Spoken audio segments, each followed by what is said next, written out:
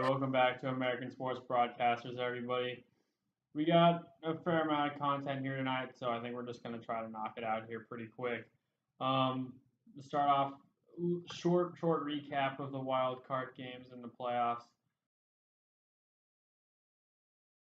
over the last couple of nights. The Giants beat the Mets 3-0. The Blue Jays beat the Orioles 5-2. Um, that that Blue Jays game, it was won in the 11th or 12th inning, walk off 3-run home run. Giants game won in the top of the ninth inning, Connor Gillespie 3-run home run, and Madison Bumgarner just being Madison Bumgarner, and I think that pretty much sums up the wild card game. Oh yeah, honestly. definitely. Now into the division series so we have in the American League, the Blue Jays are playing the Rangers, the Red Sox are playing the Indians, the Dodgers and the Nationals, and the Giants are playing the Cubs. So what we did for NBA last year during the playoffs was we broke it down round by round and didn't really project all the way, and I think that worked out pretty well for us. So we're gonna keep doing it that way. We're not gonna try to guess who's gonna win the World Series right now. We're just gonna look at what we have right in front of us. So this first one here, Blue Jays versus the Rangers. The Rangers were a team that was kind of quiet, at least from a publicity standpoint. They were, I mean, in the baseball world, they were tearing it up. They were doing really, really well this year, but they didn't get all the publicity that a lot of other teams would have gotten. They had the best record in the American League as they sealed home field advantage throughout the duration of the playoffs. But I'm saying that doesn't matter.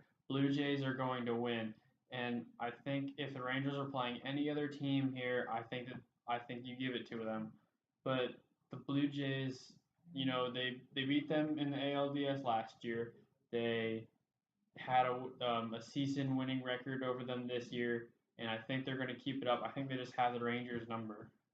I think I also agree. I do have the Blue Jays, but I think it's more because of the momentum coming off that wild card game. We've seen it in the past. The best example I can think of is the last time the Cardinals won the World Series. It was from that wild card spot, and I think now that they've went that's the most recent example. Let me take you back to 2014, my friend, with the Kansas City Royals, the wild card game. but the more impressive was the Cardinals when they did it. Did they sweep like 9 games in a row? I honestly don't remember. The answer is no. The fact of the matter is, just the momentum from this. I think it drives them past the Rangers. All right, next game to look at: Red Sox versus Indians. You might be looking at it saying, "Hey, the Red Sox, they led the league in a lot of those offensive power numbers. They're definitely going to take it. Not so fast. The Indians are going to take it, and here's why. They are playing some of the best defense, not the best defense in baseball, but one of the better defensive teams in baseball. They've had really strong pitching, bullpen, starting pitching. It's all been really good. And then they have not necessarily the best offense in the league, but they have the second, third in a lot of categories. And they're another team that I think has been really quiet in terms of people don't expect much out of them because they're the Indians. The Indians haven't done too well the last few years, but I think they'd get by the Reds here in a pretty close series. Or the Red Sox. I mean. Well, I think you're off base here. I give this to the Red Sox for one reason only. This is David Ortiz's last year. I think that propelled them through this season, gave them new life as a team, and they're going to go out and they're going to win this for Ortiz. So I give this one to the Red Sox, hands down. All right, National League here. A little tougher for me to get into because I've been watching American League the whole year. So Dodgers versus Nationals. Had to read up on this a little bit, and it seems like a little bit of a toss-up. The Nationals are favored a little bit. I'm gonna go ahead and give it to the Dodgers here, though. The Dodgers, they haven't done well in the NLDS the last several years. I think they won one out of the last five. Um, but I think people are kind of underestimating them. They had a really strong season. They have really good starting pitchers. You know, Clayton Kershaw's he's back. He's had some time to kind of readjust, and they've got obviously Puig. I think I'm saying that right. Puig, something, something. And then Ruiz is pretty good offensively as well. Really interesting stat here. The Dodgers they had 4 guys hit 20 home runs this year. The Nationals had 6. So 2 really pretty good power teams slugging it out. That should be a fun series to watch. I am just gonna give it to the Dodgers though, and another close one. I give this one to the Nationals because I see, even though he's had some, up and downs this year, I see Bryce Harper stepping it up.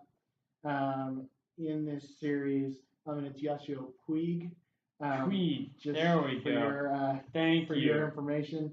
But it is really a toss-up match. But I just think Bryce Harper will be able to start being Bryce Harper again and give the Nationals the edge. All right, Giants versus Cubs. I'm gonna lay the tie here right now. I don't see the Cubs going into the World Series. I'll talk about that later moving on, but I do have them winning this round. The Giants, barely squeaked into the playoffs, and I think they just don't have enough to overcome this loaded Chicago Cubs team.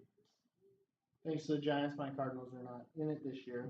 But he's not bitter. No. The fact of the matter here is, people are talking about it's the even year, and every time in the last couple of even years, the Giants have won. And but it's not going to happen this year. There's something special in Chicago this year, as I've said before. Now we look back to last year, another team that had over 100 wins. The Cardinals ended up not making it to the World Series, and it was actually pretty disappointing. However, I think it's a little different for the Cubs. This is a team that, never really faltered. They've really led the Central the whole time. They've really shown what can happen when you have good young talent and a team that has been waiting for this moment. And we'll talk about it later. I do think the Cubs go to the World Series. I do think they make history and end the drought. But we'll talk about that later. But I think they will definitely wipe out the Giants. All right. So now NFL. We're a quarter of the way through the season now, which is actually kind of sad because football season should go on forever. But so we're just going to kind of take a breakdown real quick at some teams that, might be interesting to look at. First up, I think New England Patriots, definitely an interesting situation here. Tom Brady's out 4 games. You expect them to, quite honestly, I expected them to lose pretty much every single game. And they came out, they're 3-1. Gotta give some credit to Bill Belichick here. Coached his guys really well. The special teams on that New England Patriots team has really helped them get to where they are. And now we'll see when Tom Brady comes back, see how he does. A lot of people think he's going to be angry and play really well. I do not. I think he's going to be angry and play really bad. And I think any little thing goes against him, I think he's going to lose it, and he's going to lose his composure, and I think he's going to take himself out of the game. We're going to see a lot of bradying on the field, a lot of pouting, a lot of crying. For all Patriot fans who may watch this and think I'm very brutal on them, for good reason. But the fact of the matter is, I think it's going to come down to, a question: what quarterback to use? Because I agree, I don't think Brady's going to come back. He's going to come back, but I don't think he's going to look good. He's going to have an easy test against the Browns first game back. However, I think there will be some things that he definitely will not look good on, will not look like the Hall of Famer and superstar that we have come to know. But we will see. It'll be interesting for Patriot Nation. All right, other team in the AFC East, the team that I had originally picked to win that division, the New York Jets, sitting at 1-3, and that's pretty much all on Ryan Fitzpatrick right now. 6 interceptions against Kansas City, 3 last week against the Seahawks, and it's just ridiculous. He can't do that. I mean, you have a great team around you, a great offense around you. Revis hasn't really played up to his potential, his ability, and that's hurt them. But I mean, this is a team that I think should be better than they are. They're playing sloppy and they're losing football games because of it. Yeah, I mean, I didn't have much hope for the Jets. I never have much hope for the Jets, to be completely honest. Um, but it'll be interesting to see sort of what happens later in the season. But yeah, if they can't get the turnovers figured out, their season will keep going down the tubes. All right. AFC North, I think most of it is pretty self-explanatory. You know, Steelers are 3-1, Ravens are 3-1, but they haven't really played the best football teams. Um, the Browns are 0-4. You know, pretty much what we expect. I think the interesting thing here is the Bengals at 2-2. Almost, I think, still trying to kind of find their rhythm. You know, they've put together some nice ball games. AJ Green has been lights out. I can't even find a word to describe him. He has been playing out of his mind. He's going to continue to do that. And so still watch for the Bengals, but you know those Ravens right now at least are saying that hey, don't forget about us. Yeah, I mean, come on, Bengals. I chose you here. The Red Rifle needs to start getting going. But they just seem to come together back as a team. They're a good team. They just need to play full games and really come together as a team and really get this figured out. But I still think they have a shot to win the division. All right. AFC West, Denver Broncos 4-0. I will go on the record here and say I was wrong about Simeon. You know, I thought that he was going to be all out of sync, and obviously not. Now we're just kind of waiting to see how he does with his shoulder injury. It's a left shoulder injury. It's not a throwing arm, so we'll see how he plays if he can play. Um, but yeah, that defense proving once again why they're so good. The surprising one here is the Raiders are 3-1, and this is I'll be honest, I haven't watched really any Raiders games. But they haven't really, again, played a lot of really strong teams. So, in my mind, the Raiders aren't. I'm not convinced. Is just all I'm gonna say right now. Yeah, I mean, I would have to agree. On the Broncos front, I don't really know what I thought about them early on. I know that I definitely stood by their defense, and and I believe now that there's a possibility they make another Super Bowl run because of Simeon really stepping up, and that defense is really holding them. Is what's really doing very good for them. They keep that defense, and as the saying goes, defense wins championships. All right, and then we're gonna touch real briefly here on the Kansas City Chiefs, still in the AFC West. 2-2. I think I know I picked them to win. I don't remember if you picked them to win or I not. don't remember. But they've played some. They won a big comebacker against San Diego. They lost then the next week to the Texans, and then they won, and then they kind of got blown out by the Steelers. So they're looking really for offensive consistency. I think their defense has not played great, but it's been proficient, and their offense just it's stop and go at best. You know, they have drives where they can really get it going. They have times where they have absolutely nothing at all. Yeah, I mean, I think you said it perfectly. I would hope for better of the Chiefs, but I just don't see. I don't think we're going to see it. I think we're going to continue to see this back and forth from them. All right, AFC South now.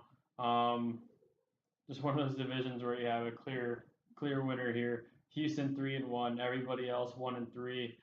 I think this Houston team kind of speaks for itself. You know, you have the fantastic defense led by J.J. Watt, and then you have on offense. You know, Osweiler's been doing well. Again, this is a team that I haven't watched a whole lot of.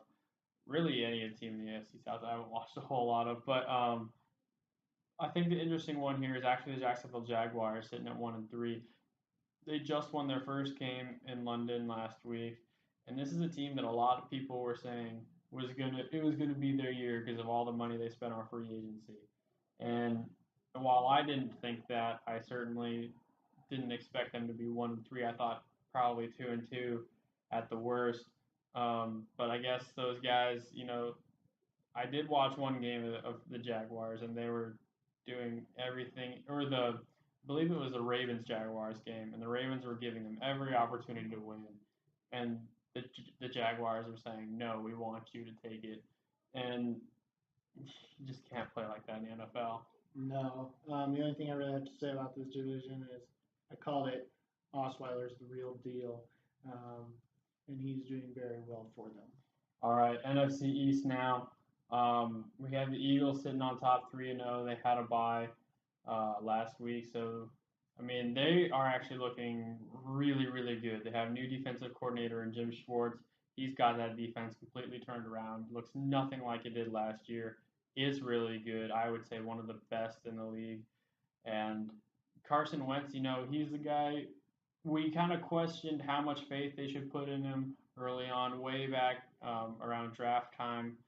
And then there was, they traded Bradford, and we said kind of, oh, was that really smart? And this is why they traded Bradford, is because Carson Wentz has been playing really, really well. He's been really solid. I am not going to hop on the Wentz train just yet. Um, he is a very solid player for their system. He's a great role player. He is not the star that ESPN is going to have you believe. He's been really solid. Hasn't turned the ball over. The Eagles team in general hasn't turned the ball over. They're one of the few teams in history to have gone their first 3 games scoring 29 points or more and not turning the football over, which is really impressive just in that area. But it's a very strong team, much better team than I was certainly expecting to see, and they should be pretty fun watching moving forward. Yeah, I'm pleasantly surprised with Carson Wentz, but I think the biggest story out of here is Dallas at 3-1. Um, I talked about it. Everybody's like, "Oh, Ramos hurt. It's all over." Well, we see that they can do it without him, and reason is Dallas. You need to realize get rid of him. Although Jerry Jones has said it's his team when he recovers, I think that's going to show up to be a mistake for them. Dallas, I'm still not convinced by you either. I mean, your one loss was to the Giants, which I'm going to talk about the Giants here pretty soon. But I think all of your wins are kind of worthless. At least, I mean, obviously, no win is worthless in the NFL, but I think that you haven't really played a super tough opponent yet. I think you still have a lot to prove to me that if you want to say that you're good.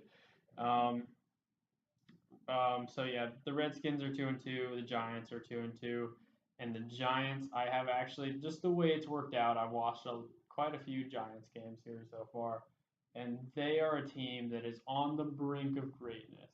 They really are. That defense, they aren't stopping the passes from being completed yet. They're secondary, but they're always a step away, and they're from the receivers, and they tackle them. As soon as they catch that ball, they're being tackled. They're being swarmed. They're very sure tacklers. They they don't miss a whole lot. They do every once in a while, but who doesn't? And I think this is a team that really, really, really is close. I mean, they got um, all the weapons on offense. They got Eli, who I think gets some a little unfair hate. He gets sometimes a little too much praise. Um, he is what he is, and I think what he is a pretty solid quarterback. Odell Beckham Jr. Love as a player and a competitor, but not as a person. He's hurting his team. He's had penalties that have destroyed drives and cost ultimately contributed to losing football games. And then, Victor Cruz is great. Shepard has shown up as a really good weapon out of the receiving. And then you have Rashad Jennings on the ground, as well as a couple other guys who are just really solid runners. And I think this is a team that, give them a little more time, they could put something together here and make a run for this conference or in this division. I mean, there's a chance. I don't think you see it this year, um, but I would have to agree on the Odell Beckham Jr. I think ultimately they need to send a message, and they need to let go of him. He's a distraction to the team. I think he hurts them more than he helps them.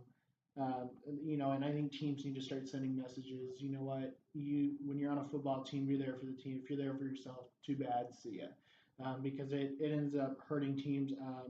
And it took the Browns how long to figure that out with Manziel. So I think they need to send the same message. I agree with you to an extent, not to the extent of letting him go. I think he's too big a weapon to do that. I think, we've seen multiple times in the past where, he's come back and he's won games for them just as well. The problem is he's let that go into his head, and he just needs to kind of get his mind right, I think. But we'll move on from that now. NFC North, the really big surprise here, Minnesota is still 4-0. They don't have Teddy Bridgewater. They don't have Adrian Peterson, and they're still doing it. Sean Hill came out week one. We didn't really know if they were going to play him or Bradford. They stuck with Bradford after week two, and again, he's another role player. I think he's got really solid receivers, and especially Stefan Diggs.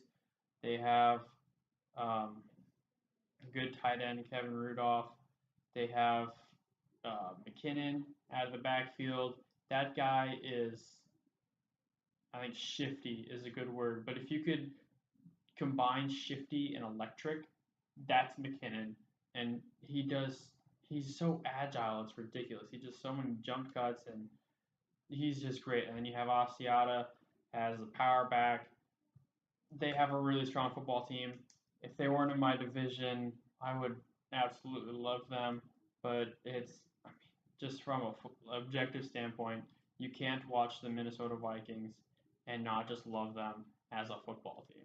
Yeah, and really what it comes down to, once again, defense wins championships.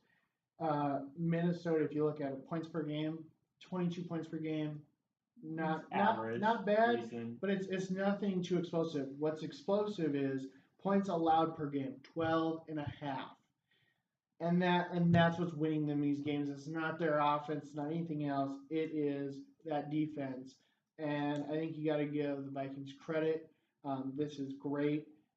They will be a team that will contend this year come playoff time. Let's see. I think everything else here is pretty standard. Green Bay 2-1, Chicago 1-3. I will say I'll go into Detroit a little bit here at 1-3. Obviously, the injuries have really been hurting us, but I'm not going to make an excuse about that. Brian over here has been the one multiple times so far this season of calling for people's jobs, and I've been saying I don't know, that might be a little bold here. Now it's my turn. I am calling for head coach Jim Caldwell's job. I think it is a very difficult situation to be in because the team absolutely look up to this guy. He's a great father figure for them. The owner, Martha Firestone Ford, which honestly I just pause to appreciate that name. Martha Firestone Ford, she absolutely loves him. Bob Quinn, the new GM, he talks to them every single day. He spent hours with him before the season deciding if he wanted to keep him or not. He ended up keeping him. And, his first year here, they went 11-5, got a playoff run, and then there was, stuff that happened in the wild card game that we're not going to go into because it's going to become a rant fest.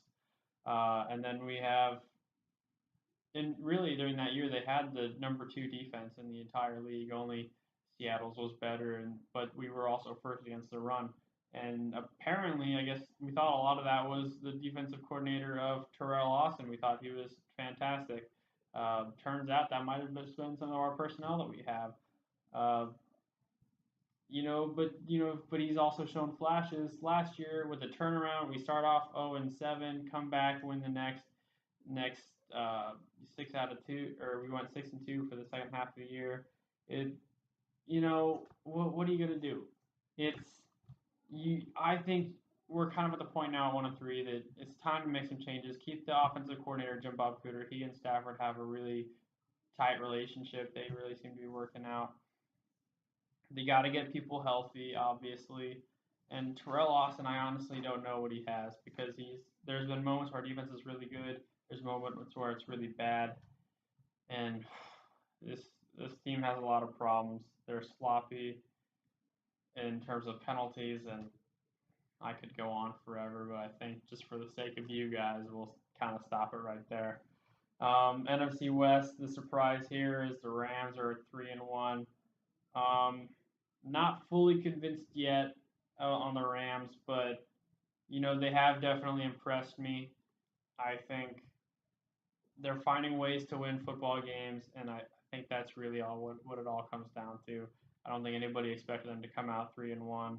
Very big surprise. Keep an eye on the Rams the rest of the year. Uh, Seahawks 3-1. I don't think it's any surprise. 49ers 1-3. Not surprised. Arizona at 1-3. That's a team that we both picked to win that division. They're 1-3. Lost to the Bills pretty bad. Got blown out by the Patriots, which we thought wasn't that big a loss at the time, but they blew out Tampa Bay and then they lost. It's just they've got all sorts of issues offensively. Carson Palmer and really the running back core, they can't seem to hold on to the football. They have a lot of issues there. Yeah, it'll be interesting. All I gotta say about the Rams, if you haven't seen it, go to YouTube, look up the song "Ram It." They made it way back when they were previously in St. Louis. No. L.A. L.A. Yes, sorry, I'm getting confused. When they were previously in L.A., so it's a little dated, but it is super funny, and I think it totally portrays how good they're doing right now.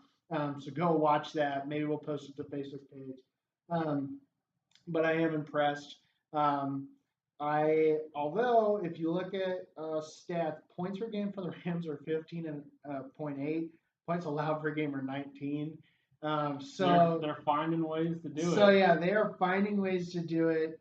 And I totally commend them, but they gotta start scoring a little bit more. Well, points. They need to get a run game going. They have Todd Gurley, who is he's a really good running back, but he's only averaging something like 2.6, 2.7 yards a carry, and I think that really actually comes down to the blocking up front, and that offensive line has to play better for Gurley to play better, for this offensive unit to play better.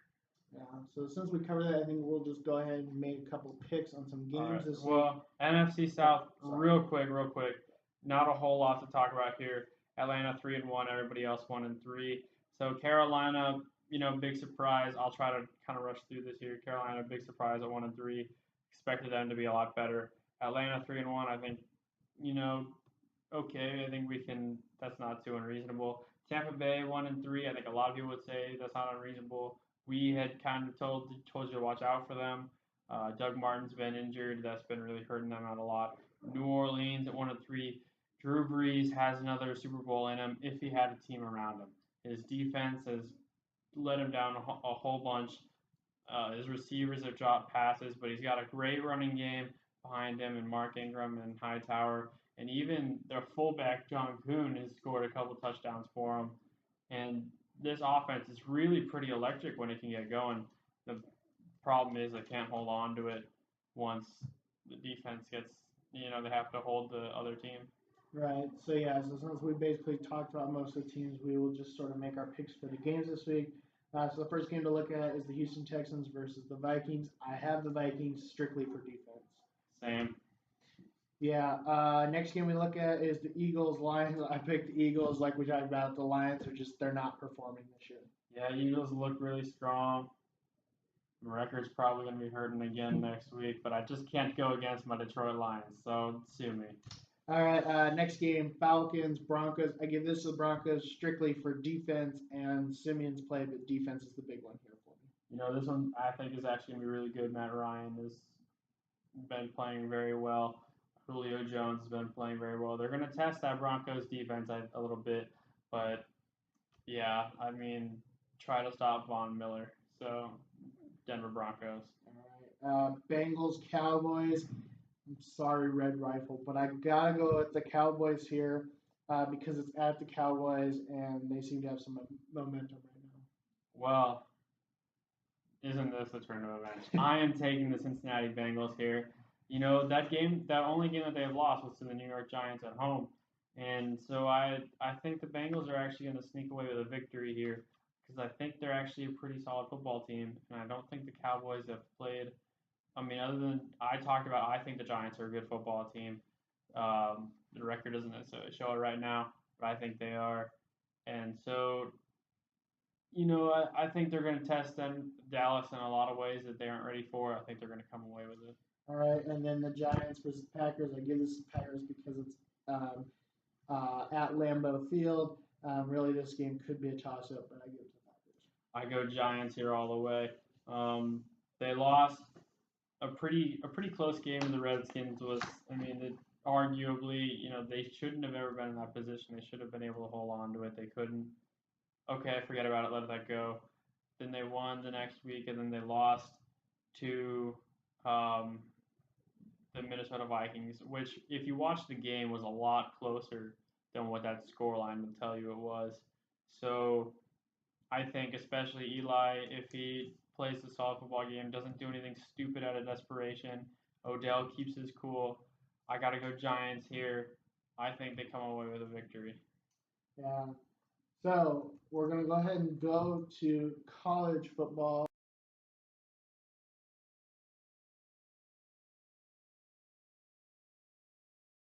I think sort of to start, sort of talk about some teams.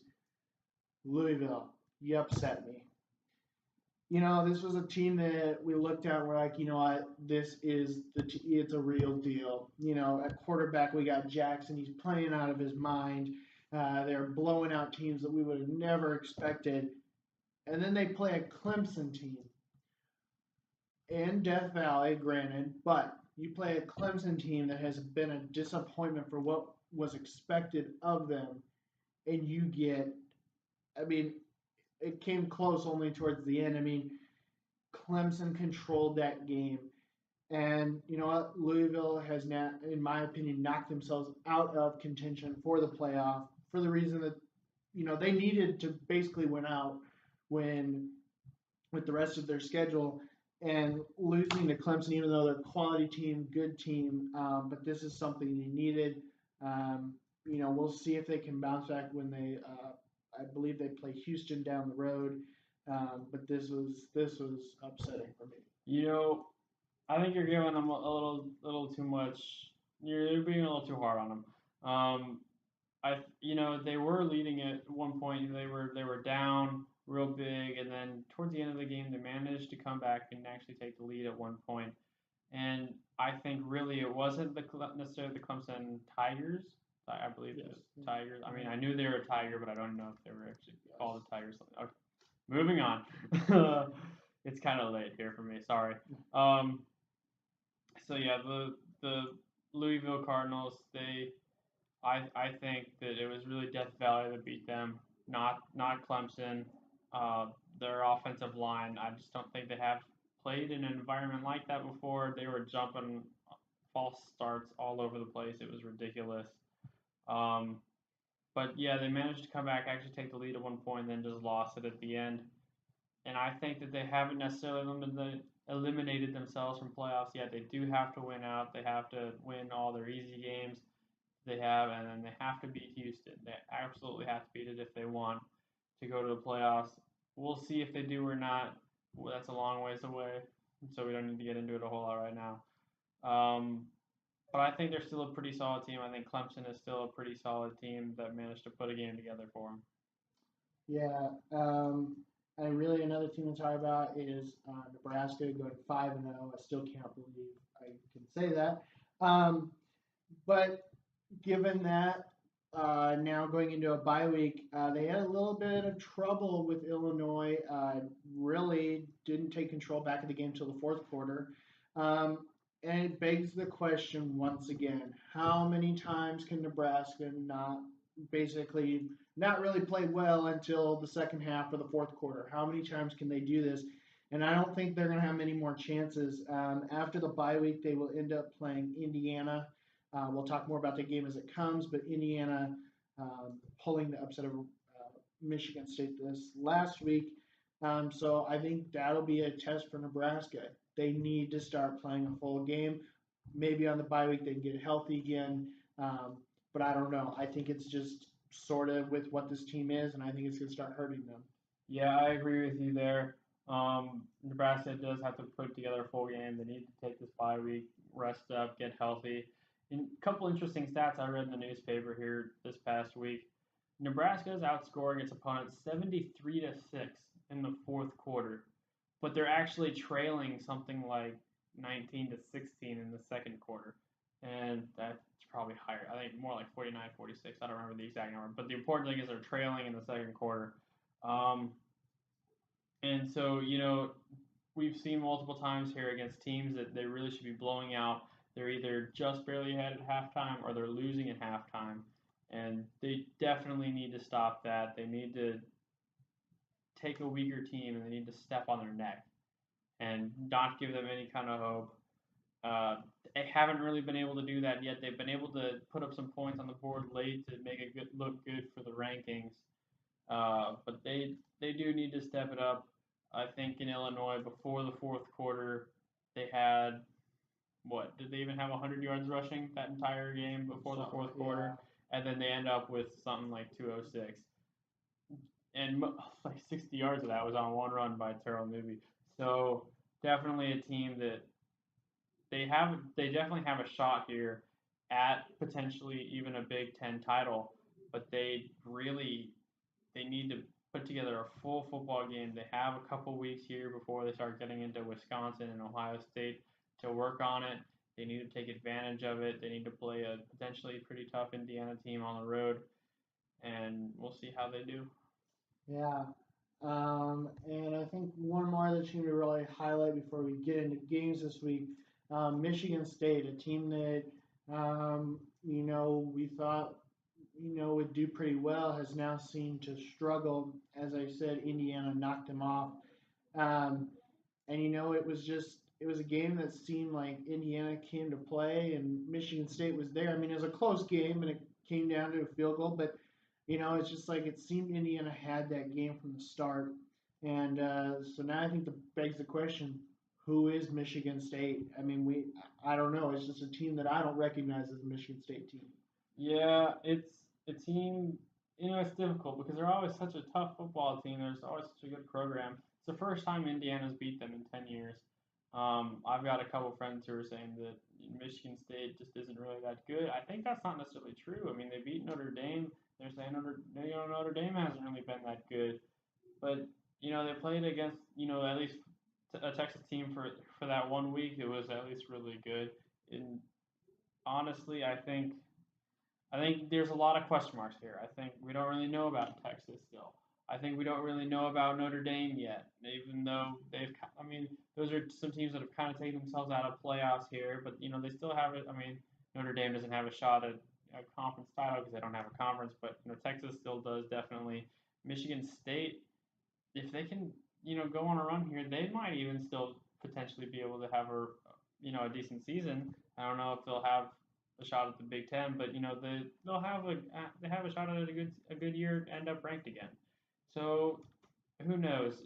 I guess it's still a little early to tell. They had that early bye week, so we'll see. Yeah.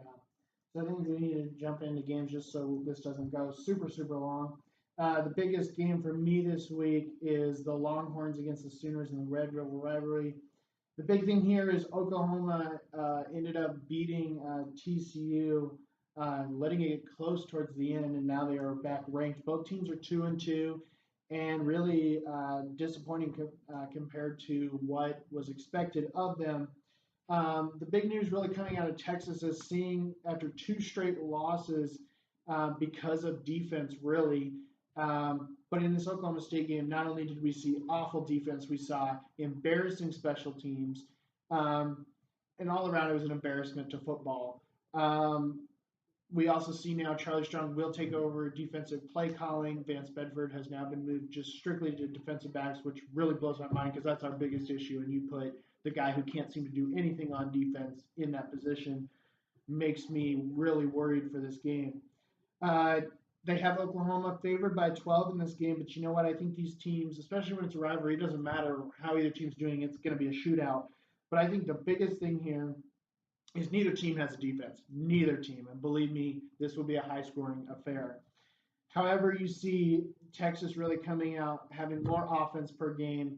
So I think with Charlestown taking over the reins on defense, they can step up. This is going to energize this team because they're starting to see if they don't start to perform. There's a lot of people saying Charlestown will be fired at the end of the season, and Texas will be going after Houston's coach Tom Herman.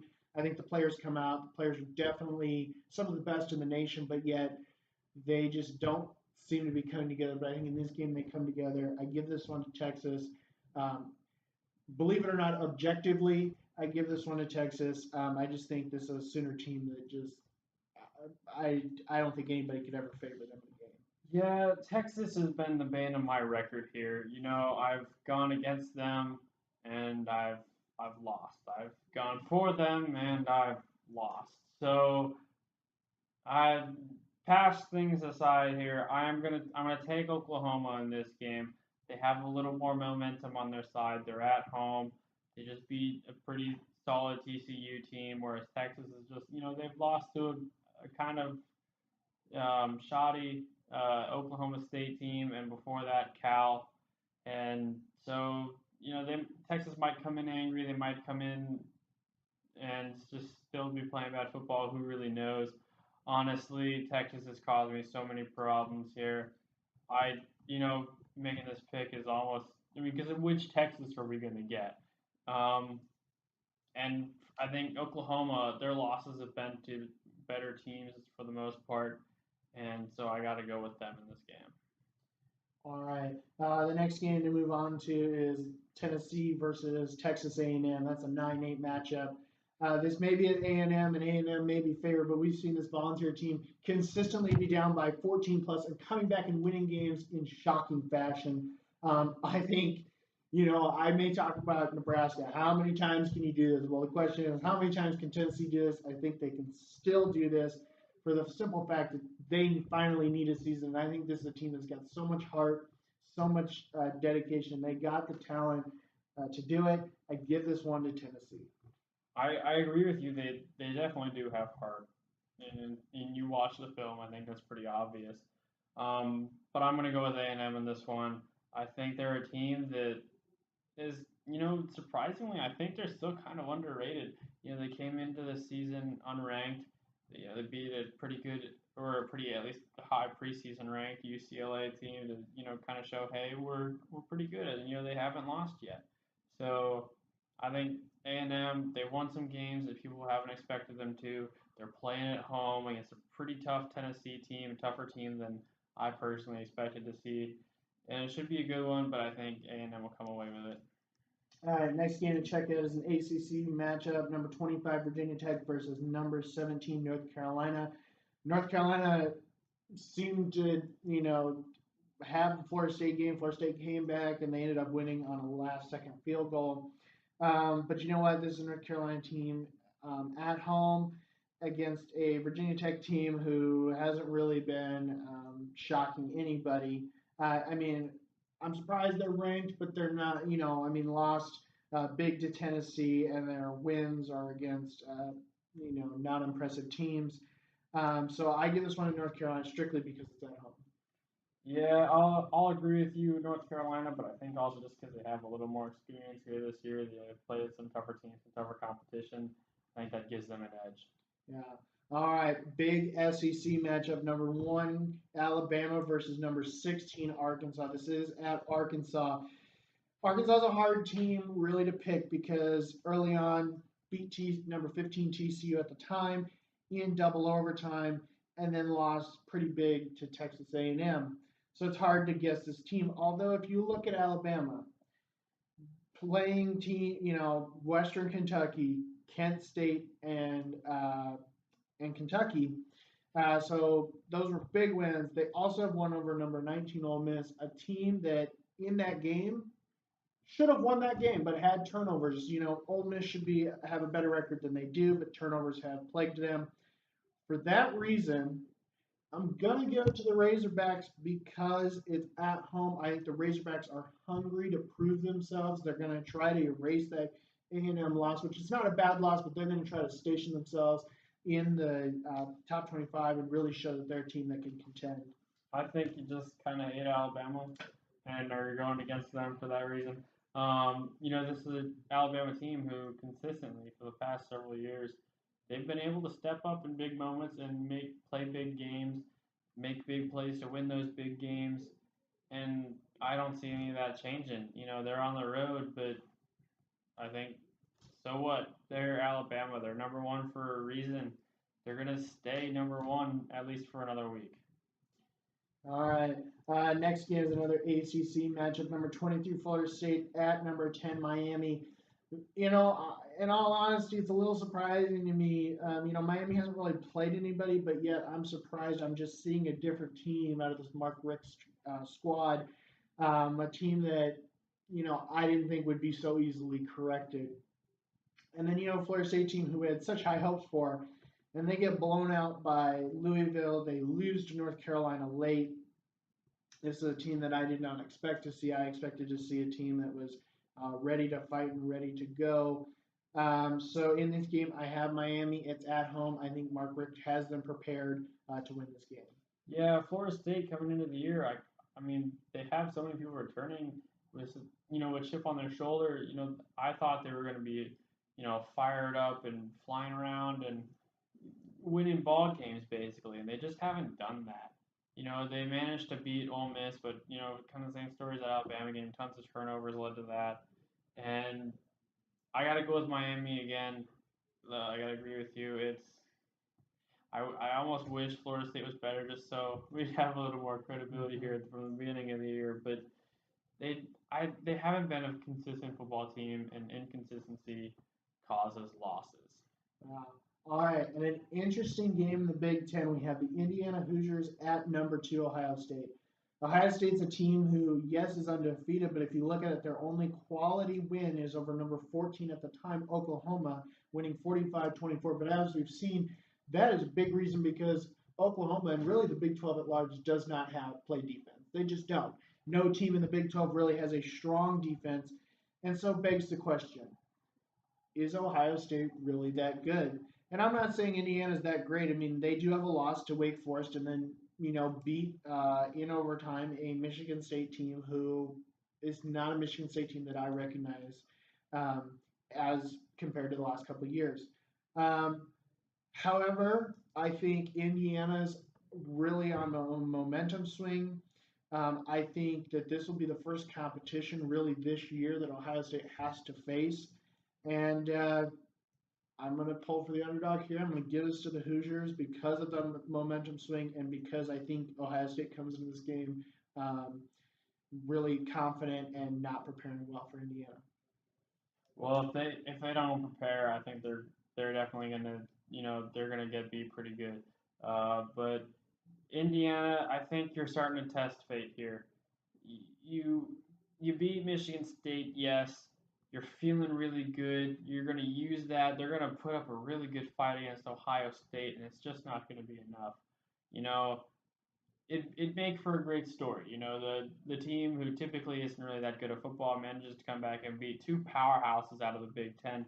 It's a great story, but life isn't stories. And I think the harsh reality is Ohio State, they haven't played a really great team this year, and this will be their first competition, but they're going to step up. I think they're going to win. I will definitely be watching this game, but I got to give it to Ohio State all the way here. I don't think it'll be particularly close. I don't think it'll be a blowout by any means, but maybe the 10 to 14 point range. I would imagine for an Ohio State victory. And real quick, I would have to disagree with you.